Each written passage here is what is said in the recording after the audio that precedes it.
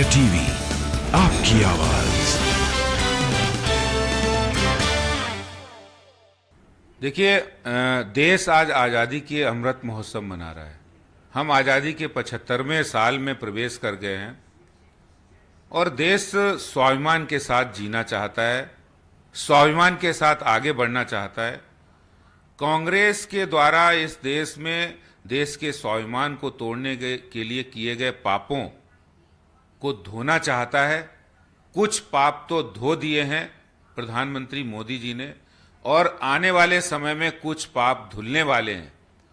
और जो कांग्रेस ने इस देश के स्वाभिमान को गिरवी रखकर देश की आजादी के बाद इस दिल्ली देश की राजधानी के प्रमुख क्षेत्र जहां संसद भवन है, जहां पर राष्ट्रपति भवन है, वहां पर विदेशी आक्रांताओं के नाम से जिन सड़कों के नाम रखे थे, Babar Road, Humayun Road, Akbar Road, Tughlaq Road, Shahjahan Road, उन सभी सड़कों के नाम बदलने के लिए हमने एनडीएमसी को चिट्ठी लिखी है और ये कहा है कि जिस तरह से विदेशी आक्रांताओं के नाम पर ये सड़कें थी, भारत का जन, भारत का नागरिक कभी भी विदेशी आक्रांताओं को अपना आदर्श नहीं मान सकता।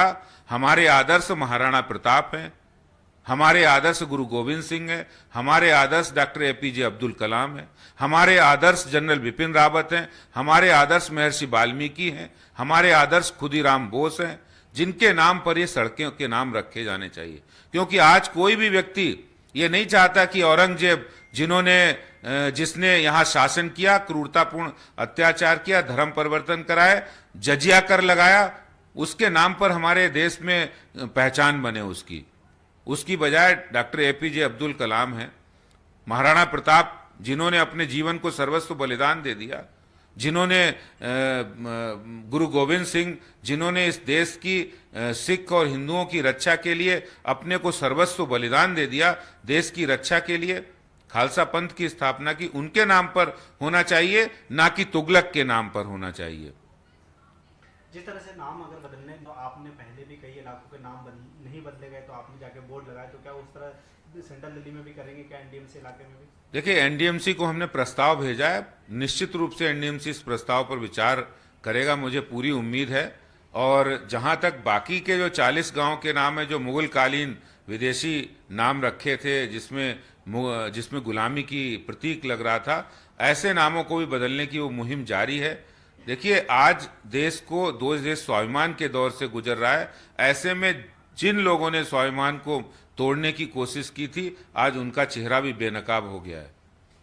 एमसीडी बुलडोजर की कार्रवाई चल रही और मंगोलपुरी में कार्रवाई चली, उसको लेकर के एक पेड़ को तो आज गिरा दिया गया है बुलडोजर के, तो उसके खिलाफ अमानुल्लाह खान ने एमसीडी के खिलाफ एफआईआर दर्ज कराई है डिफरेंस कॉलोनी थाने में, उसको लेकर क्या कहेंगे? देखिए, अब उनके पास कोई मुद्दा नहीं बचा है, और मुद्दा नहीं बचा है इसीलिए वो इस तरह कर रहे हैं कि क्योंकि ये सारी कार्रवाई हो रही है जिसमें कुछ बांग्लादेशी रोहिंग्या भी बीच में आ रहे हैं, कुछ उनके ऐसे समर्थक आ रहे हैं जो इलीगल एक्टिविटी करते हैं।